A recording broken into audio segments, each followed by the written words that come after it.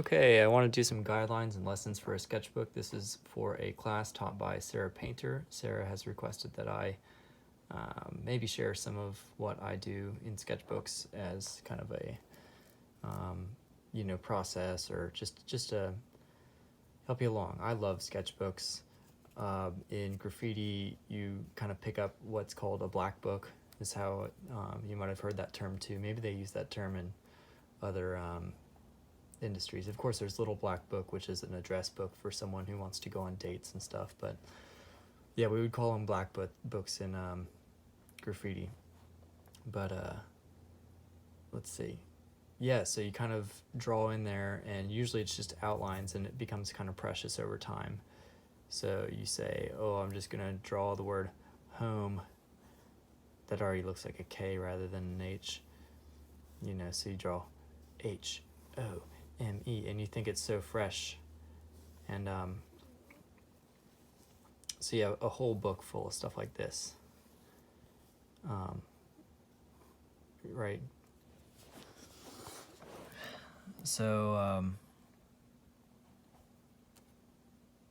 you have all these precious little sketches, but through being an artist, you kind of, this isn't enough for you, and eventually you start kind of like painting over stuff. God, I've ruined my train of thought, because to me, this stuff is so powerful, so much more powerful than ideas. But let's see. No rules. You can do anything you want in a sketchbook. You can journal.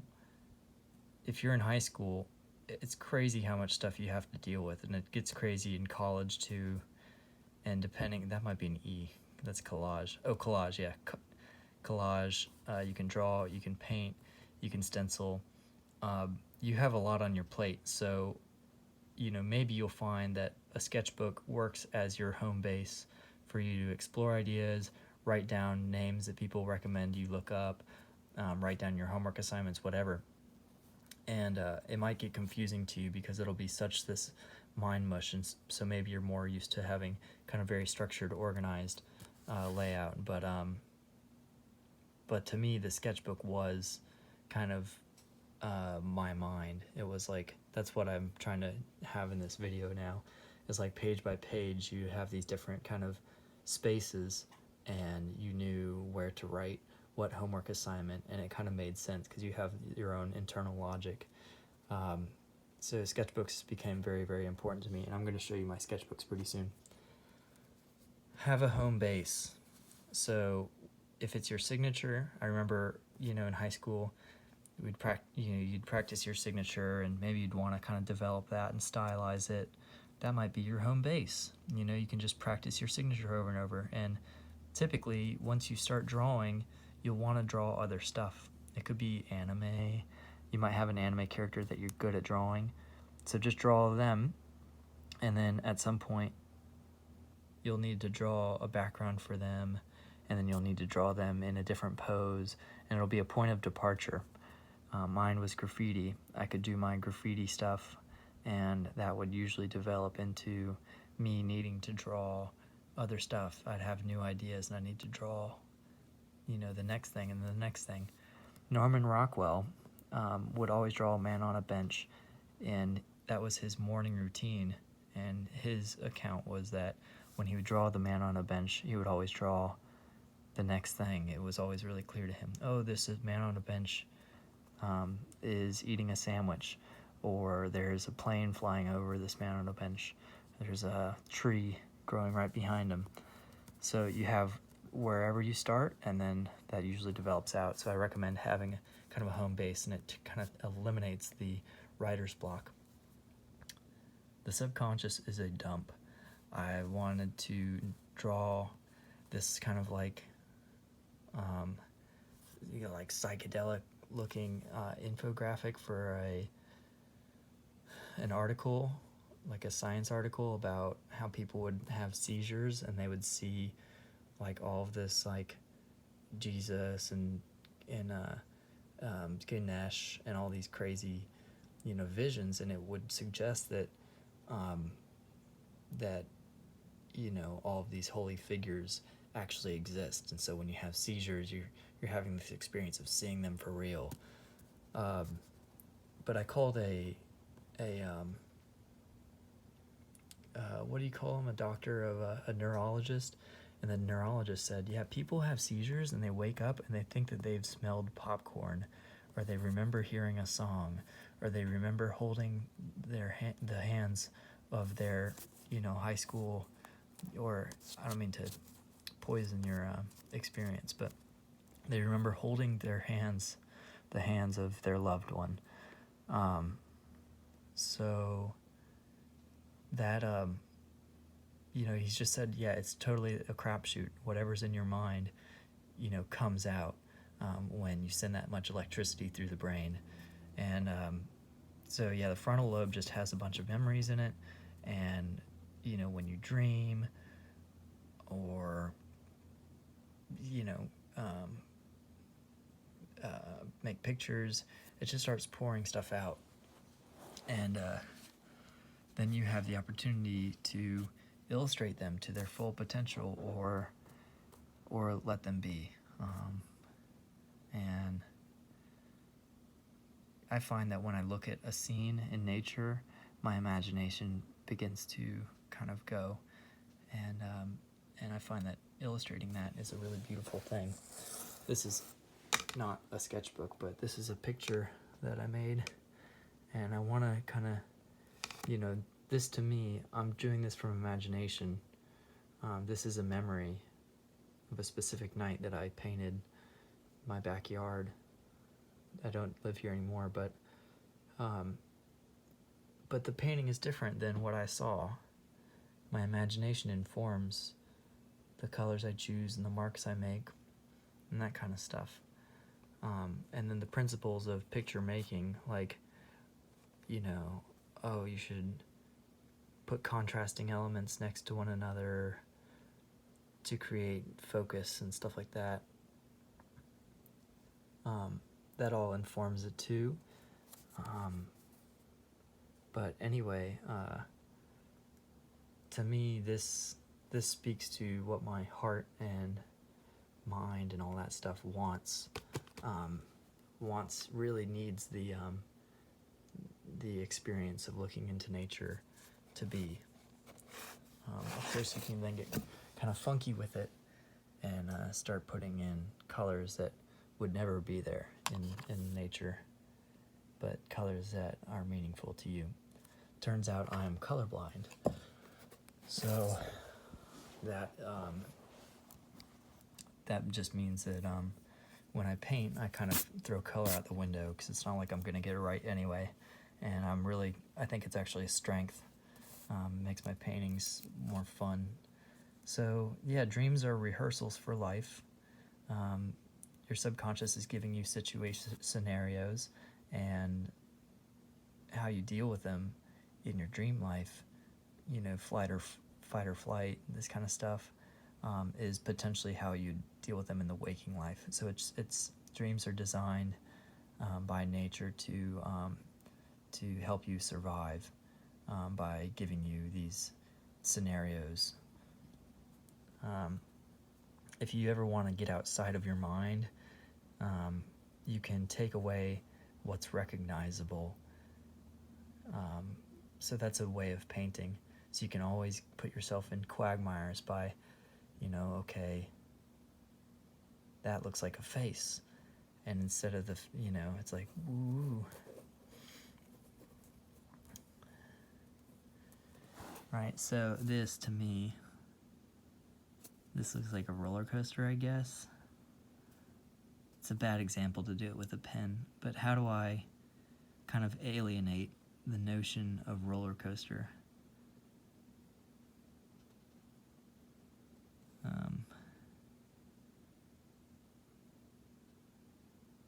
I'm confused as you are, I'm sure. That's mad confusing.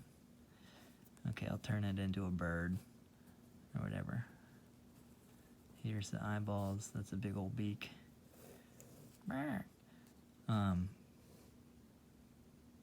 Terrible example. How do I turn that into something that I no longer recognize either? Okay, now I'm making those eyeballs, and these are people now wearing hoodies. And they're like walking through a tundra or something, you know what I mean? Because they look like kind of like tundra people or woodland people. So you'll know what to do. You'll know what to do, but that's a way to kind of like, you know, see, just kind of like, it's like dreaming in waking life. You can shape images. Okay, so I see like a hand, you know, coming out, so he's like reaching, that's a big arm. So now this is a way to explore.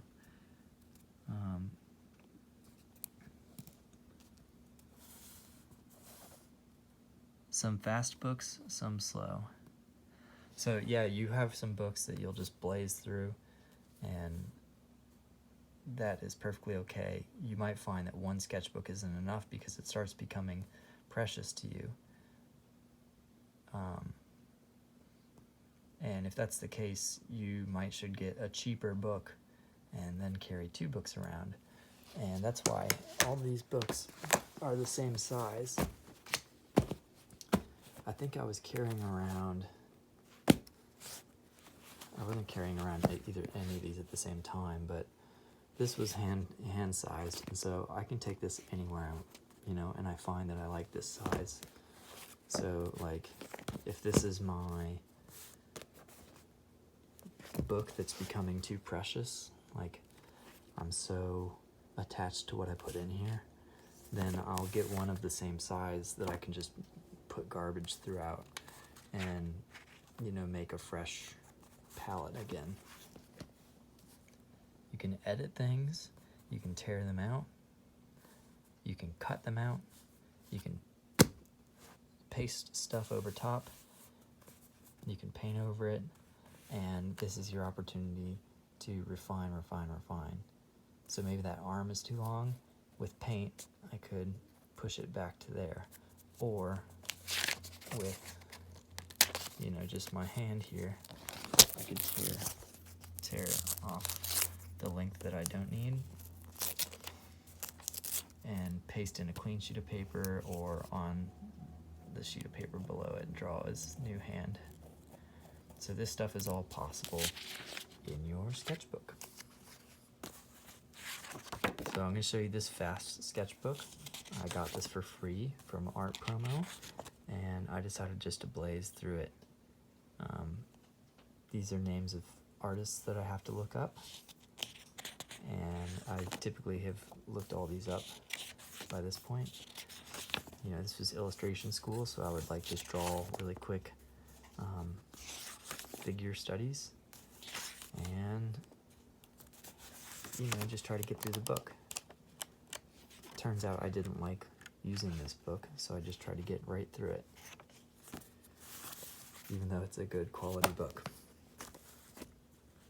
This one I tried to push myself to have no, you know, unpainted stuff, but as you can see, that's not the case. There's a lot of unpainted space.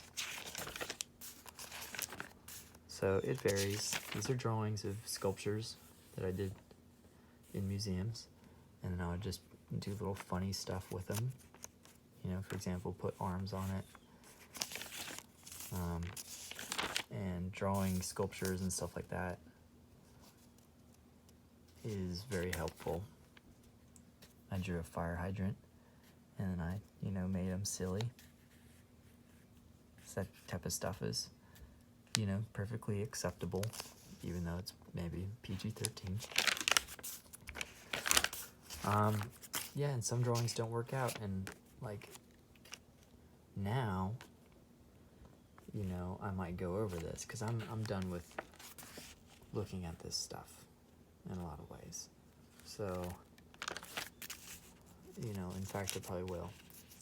I'm going to fast forward a little bit to some pages I like.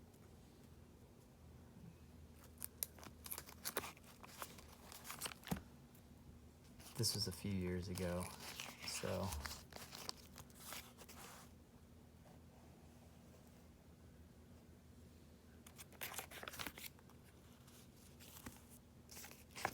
So that's that.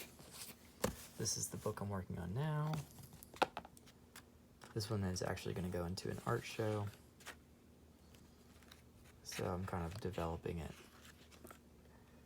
Some of it has a drawing, you know, pencil, and then pen, and then marker maybe, and then paint, first transparent, and then opaque. And sometimes you can see I'm just starting to like go in and paint over it and let the painting kind of be accountable to itself. So, and then you can draw on top of your paintings, and it's not totally futile. Eventually you will find something that you like and you'll start honing in on it, and just don't be afraid to make it better and better and better. So this stuff is all acceptable. That paint is put on pretty thick, so that's I like this image and I like where it's going. Of course I have to paint that, and then the whole picture will relate to that painting. And it kind of blaze through this in a little bit.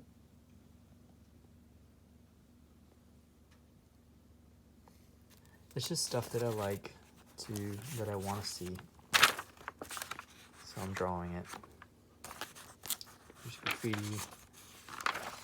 You know, it's like I want to be professional, so I don't want to just have like a book full of graffiti. But at the same time, graffiti is what kind of gets me going. And, you know, if it's a point of departure, you can tell that this is departing from graffiti. There's some architecture, a stadium. These are like sculpted objects on a table.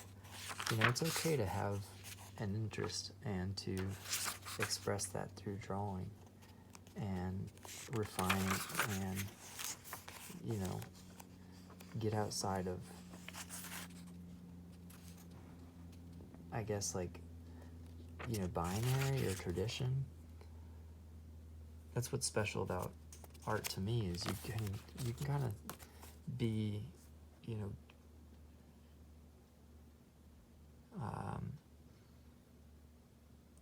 you can kind of enter this world that is much more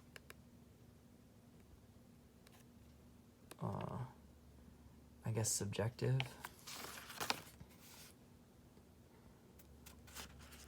You can be specific, but you can still be like specifically yourself, specifically strange. And for example, this is in English. This is just kind of gobbledygook.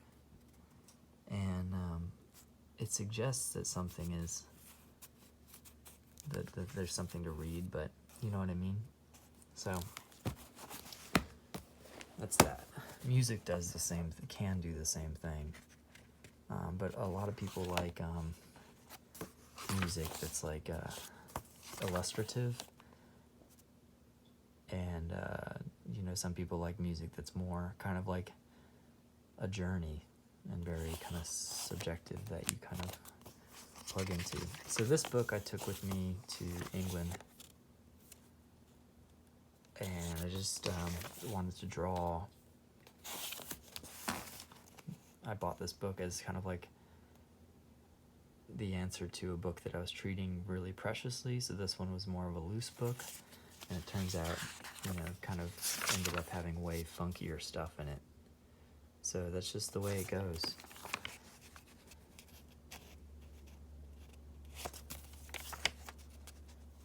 I was really trying to work on a specific, well, you know, my graffiti concepts. But it has all sorts of stuff in here, including notes.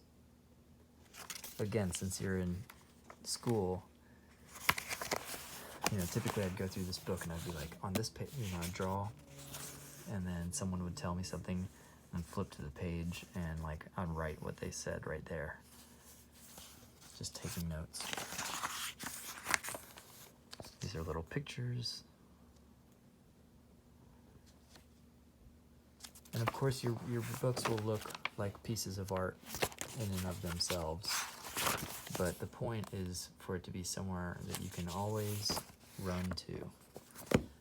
I'm not trying to shy away from stuff because it's too doity. I'm just trying to flip away so that, you know, no one gets in trouble. Oops. So, yeah. What else do I have to say?